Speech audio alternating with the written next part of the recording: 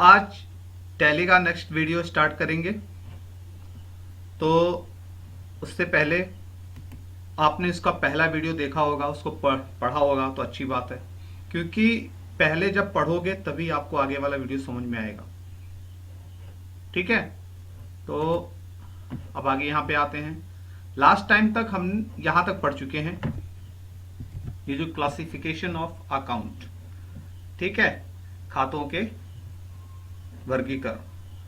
अब ये अगर पढ़ लेते हो आप तो नीचे इसका पूरा विवरण दिया है, एक्सप्लेनेशन, व्याख्या दिया है। पहला क्या है? Personal account. ये वे अकाउंट्स होते हैं जो किसी पर्सन मतलब व्यक्ति, फर्म, संस्था या कंपनी से संबंधित होते हैं। ये दिमाग में रखना कि यहां पे दिया पर्सनल अकाउंट के ऐसे वो खाते होते हैं जो कि किसी व्यक्ति से संबंधित होते हैं, किसी फर्म से मतलब छोटी दुकान से, या संस्था से या कंपनी से संबंधित होते हैं। देखो यहाँ पे उदाहरण भी हम देख लेते हैं। जैसे यहाँ पे दिया है कि राम अकाउंट व्यक्ति है, आशा ट्रेडर्स कंपनी है, एबीसी लिमिटेड कंपनी है, बैंक अकाउंट एक संस्था है। यहाँ पे दो चीज बचता है बेटा कि ड्रॉइंग अकाउंट और कैपिटल अकाउंट, ये भी आता है आपके पर्सनल अकाउंट के अंतर्गत। ये दिमाग में रखना, इसकी व्याख्या आगे हम करेंगे। ठीक है, लेकिन अभी कर देते हैं, थोड़ा देख भी लो कि कैपिटल मतलब होती पूंजी, और पूंजी होती है किसमें? आपके धंधे में, और धंधा किसका होता है? व्यक्ति का होता है। इसलिए ये कैपिटल अकाउंट के व्यक्ति का है, तो ये संस्था या व्यक्ति तो हो गया ये पर्सनल अकाउंट। ड्रॉइंग अकाउंट क्या होता है कि जब मालिक, जैसा कि आपने टर्मिनोलॉजी में पढ़ा होगा कि जब मालिक अपने इस धंधे से, बिजनेस से पैसा निकालता है तो उस टाइम ड्रॉइंग अकाउंट बनता है। चूंकि ओनर जो है व्यक्ति है, इसीलिए ये पर्सनल अकाउंट के अंतर्गत आएगा। ठीक है, आगे देखते हैं क्या लिखा है। एग्जाम्पल दिया है, राम का अकाउंट, आशा ट्रेडर्स अकाउंट्स एटसेट्रा। ये ध्यान रखना चाहिए कि कैपिटल एंड ड्रॉइंग अकाउंट भी पर्सनल अकाउंट होते हैं, लेकिन ये ट्रेड के ओनर का प्रतिनिधित्व करते हैं, मतलब व्यापार के ओनर का, व्यक्ति का प्रतिनिधित्व करते हैं। इस प्रकार से बैंक अकाउंट भी पर्सनल अकाउंट होते हैं। इन अकाउंट के बैलेंस से ट्रेडर जान पाता है कि उसे किस व्यक्ति से मतलब पर्सन से कितना उसे लेना है तथा उसे कितना रुपए देना है। ठीक है, आगे चलते हैं। नेक्स्ट क्या है कि रियल अकाउंट। ये सब भी याद करना है आपको, दिमाग में रखना है चीजें, जो व्याख्या है आपको याद करनी पड़ेगी। जैसे यहाँ पे मैंने ये बताया कि ये वे अकाउंट होते हैं जो किसी पर्सन, फर्म, संस्था या कंपनी संबंधित होते हैं। ये दिमाग में हमेशा रट्टा होना चाहिए, इसके साथ में। ठीक बेटा, ये दिमाग में रखना। आगे चलते हैं। आगे दिया है कि वास्तविक खाते मतलब अर्थात रियल अकाउंट। ये वे अकाउंट्स होते हैं जो किसी वस्तु या संपत्ति से संबंधित होते हैं, उसे रियल अकाउंट कहा जाता है। देखो यहाँ पे देख लो, जो यहाँ पे 3 कॉलम बना है, क्लासिफिकेशन जो है यहाँ पे, तो ये कैश क्या है? संपत्ति है ना, क्योंकि रियल अकाउंट बोलता है कि मेरे अंतर्गत वो खाते आएंगे जो किसी संपत्ति से संबंधित हो। तो कैश क्या है? संपत्ति है। फर्नीचर क्या दिया? संपत्ति है। मशीनरी क्या है? संपत्ति है। बिल्डिंग क्या है? संपत्ति है। लैंड, मोटर, ये सारे के सारे संपत्ति हैं। क्लियर? तो इनसे भी ज्यादा हो सकता है आपके पास। तो ये दिमाग में रखना कि संपत्तियों के नाम के खाते या संपत्तियों से संबंधित जो खाते होते हैं, अकाउंट होते हैं, वो रियल अकाउंट के अंतर्गत आएगा। क्लियर? एग्जाम्पल देख लेते हैं रियल का। Cash account, furniture account etcetera, वही जो हमने जो बताया आपको। रियल अकाउंट का बैलेंस सदैव डेबिट होता है, ये दिमाग में रखना। अब नेक्स्ट क्या है दिया है? नॉमिनल अकाउंट, नाम मात्र के खाते। ये वे अकाउंट्स होते हैं जिसका संबंध, ठीक है, जिसका संबंध प्रॉफिट या लॉस मतलब लाभ या हानि, इनकम या एक्सपेंसेस आय या व्यय से होता है। इसे इनकम एक्सपेंसेस अकाउंट भी कहते हैं। नॉमिनल अकाउंट को इनकम एक्सपेंसेस अकाउंट भी कहते हैं, ये दिमाग में रखना। तो यहाँ पे जब 3 कॉलम हमने देखा क्लासिफिकेशन में, देख लो। इंटरेस्ट क्या है? अगर आपको इंटरेस्ट मिलता है तो ये आपके लिए आय है, ठीक है, अगर देते हो तो व्यय है। डिस्काउंट अकाउंट क्या है? अगर डिस्काउंट अगर देते हो आप तो व्यय है, इसके लिए कमीशन देते हो तो व्यय है, ठीक है। वेजेस क्या है? व्यय है, क्योंकि मजदूरी आप देते, वेजेस मतलब होता है मजदूरी, परचेज मतलब क्या होता है, खरीदारी, व्यय है। सेल्स क्या है, एक प्रकार की आय है, क्योंकि जब बिक्री करते हो तो आपको कुछ ना कुछ आय होती है। ठीक है, नेक्स्ट चलते हैं। नॉमिनल अकाउंट हो गया। यहां पे एग्जांपल दे दिया है कि interest account, discount account etcetera, इन अकाउंट्स का टोटल वर्ष के इनकम और एक्सपेंसेस को दर्शाता है। आप वर्ष के अंत में जब जाते हो, वर्ष के अंत में अगर एक साल का सब देखते हो तो आपको मालूम पड़ता है कि इनकम और एक्सपेंसेस कितना हुआ है मेरा।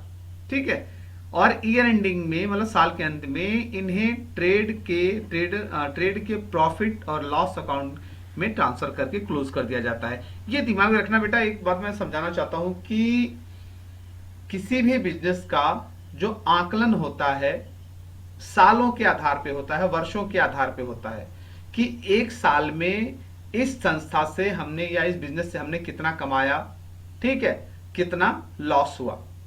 तो जो भी लॉस होता है या आपको आय होती है, ये सारे के सारे क्या होता है कि साल के अंत में मतलब वही मार्च एंडिंग में, 31 मार्च के एंडिंग में वो प्रॉफिट और लॉस के खाते में ट्रांसफर करके उसको क्लोज कर दिया जाता है। क्लोज मतलब बंद कर दिया जाता है, क्योंकि हर साल नया खाता बनता है, हर साल नया हिसाब बनता है। हर एक कंपनी का एक एक साल का हिसाब अलग अलग होता है। ठीक है, जैसे आप देखते हो ना कि जो अपनी पढ़ाई चलती है, हर साल का हिसाब रखा जाता है। कौन रखता है, प्रिंसिपल रखते हैं, टीचर लोग रखते हैं। हर साल का हिसाब अलग अलग जैसे वो लोग भी रखते हैं, ऐसे ही बिजनेस में क्या होता है कि हर साल का हिसाब किताब अलग अलग रखा जाता है। ठीक, एक साल का एक किताब बन गया, वो एक साल का कंप्लीट हो गया, फिर दूसरे साल का दूसरा किताब बनाया, तीसरे साल का तीसरा किताब बनाया। तो ऐसे किताब मतलब कॉपी मतलब जो भी बैलेंस बोलो, वो टैली में सॉफ्टवेयर में भी ऐसा ही होता है। हर साल का अलग अलग खाता बनाया जाता है, उस साल में कितना प्रॉफिट हुआ, कितना लॉस हुआ, वो दिखा जाता है। क्लियर, आगे चलते हैं। रूल ऑफ अकाउंटिंग, देखो ये भी याद करना है। मैंने बोला था टैली में 4-5 चैप्टर तक आपको रट्टा मारना पड़ता है, अच्छे समझ के याद करना पड़ता है, तभी आप पूरी टैली समझ सकते हो। खातों के लिखने के नियम, रूल्स ऑफ अकाउंटिंग क्या है, ये एकदम रट्टा मार लेना। देखो पर्सनल अकाउंट क्या कहता है कि पाने वाले को डेबिट करो और देने वाले को क्रेडिट करो। अब ये रट्टा मार लेना, पाने वाले को डेबिट करो मतलब पाने वाले के नाम का खाता डेबिट होगा और देने वाले का नाम का खाता क्रेडिट होगा। यह हमें ध्यान रखना चाहिए कि जब भी हम कोई लेन देन करते हैं तो दो बातें प्रभावित होती हैं। ठीक है भाई, दो बातें प्रभावित होंगी कि लेन देन दो के बीच में ही होता है, अकेले तो कोई लेन देन होता नहीं है। आगे चलते हैं। एग्जाम्पल दिया है, हमने राम को 1000 रुपए चुकाए।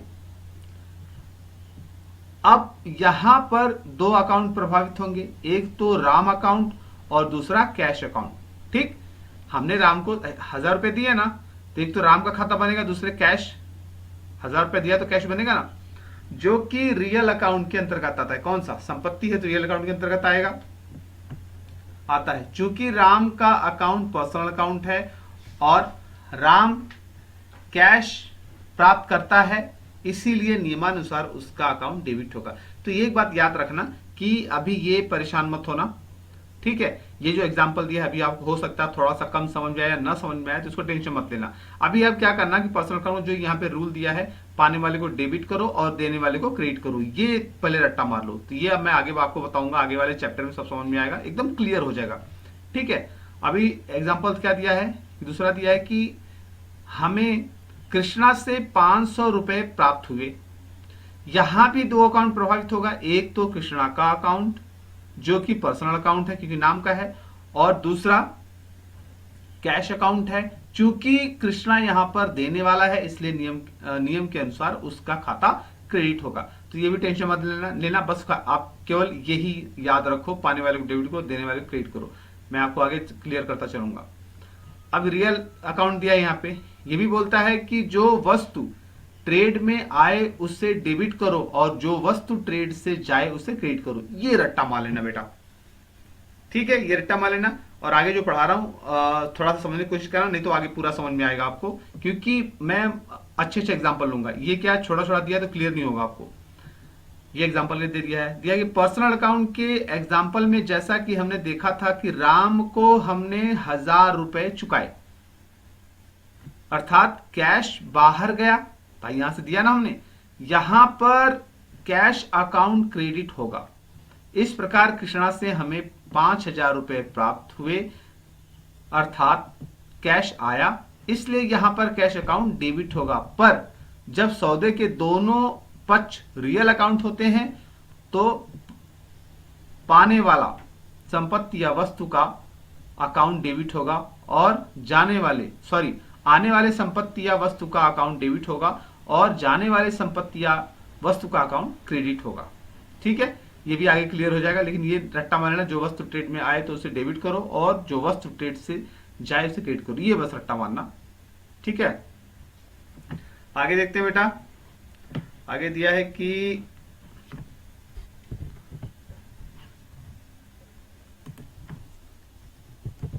नेक्स्ट एग्जांपल दिया है कि हमने 1,000 रुपए कैश का फर्नीचर परचेस किया, अर्थात खरीदा। यहां फर्नीचर आया और कैश गया, इसलिए फर्नीचर अकाउंट को डेबिट और कैश अकाउंट को क्रेडिट किया जाएगा। ये भी आगे समझ में आएगा, टेंशन मत लेना, बहुत क्लियर कर दूंगा, जरा भी टेंशन मत लेना आप लोग, बस ये पढ़ते चलो, जो नियम उसको याद करते चलो। पर्सनल का नियम याद कर लेना, जो दो लाइन का है, रियल का भी 2 लाइन का है, और देखो नॉमिनल का भी 2 लाइन का, पहले इसको याद कर लो। एक्सपेंसेस और लॉसेस को डेबिट करो, अर्थात व्यय और हानि को डेबिट करो, और इनकम तथा इनकम और गेन्स मतलब लाभ को क्रेडिट करो। ये भी रट्टा मार लेना बेटा। ठीक है, तो तीनों पर्सनल अकाउंट, रियल अकाउंट और नॉमिनल अकाउंट का जो 2 लाइन का आपका रूल्स है उसको रट्टा मार लेना। इसका भी थोड़ा पढ़ लेते हैं, लेकिन आपको आगे चलिए टोटल में क्लियर करूंगा, एकदम क्लियर हो जाएगा एकदम।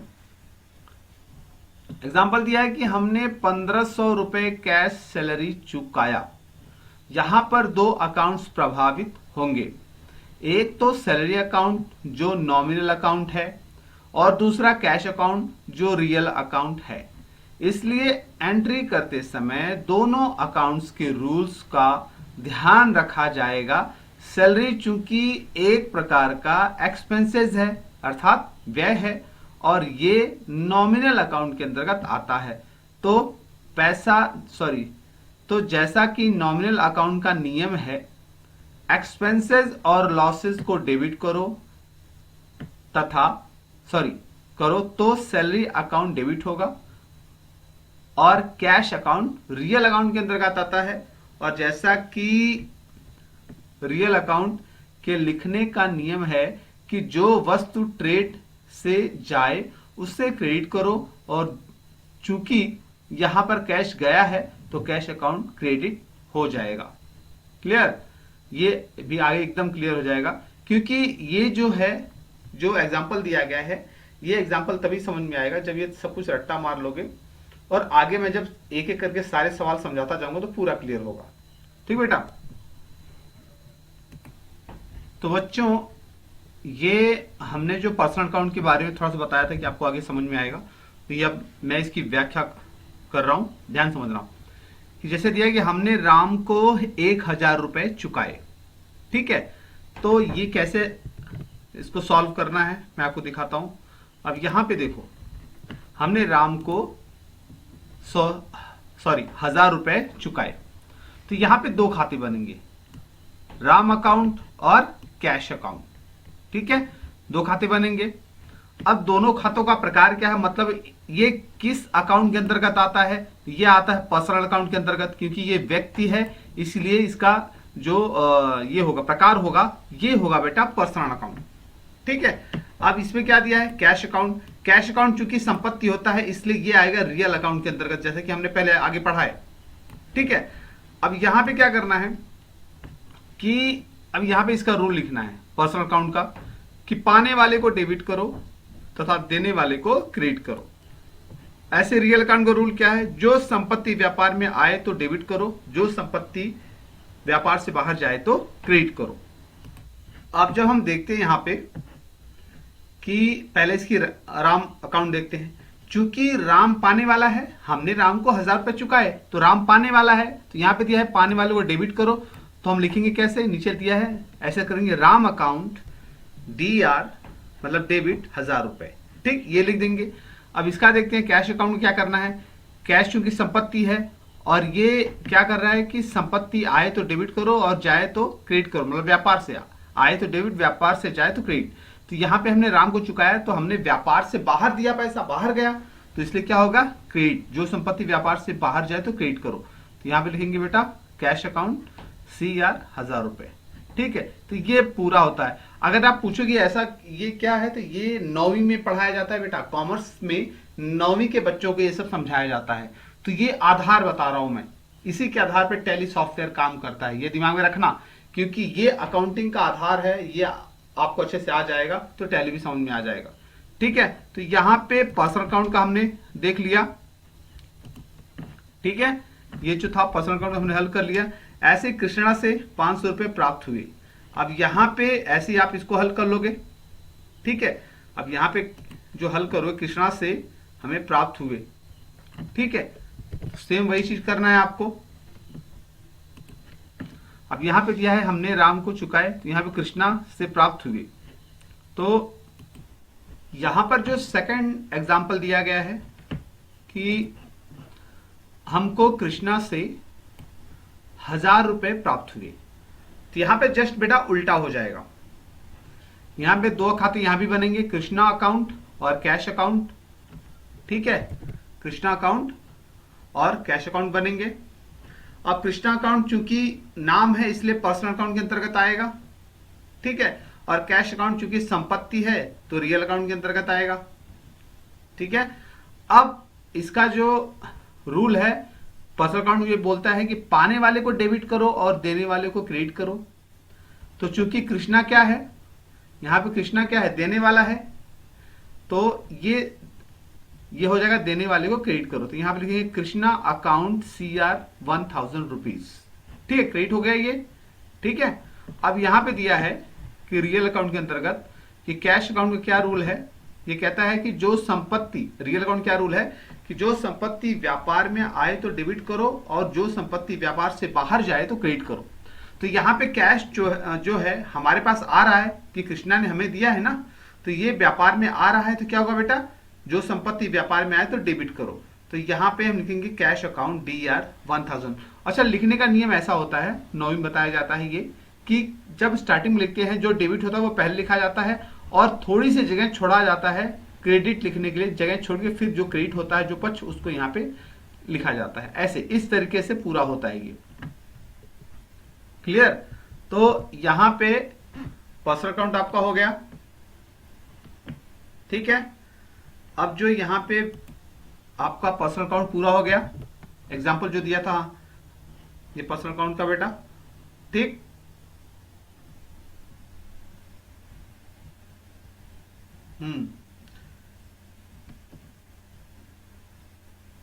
राम अकाउंट काशा ट्रेड्स, अच्छा रूल्स का आपका दिया था यहाँ पे।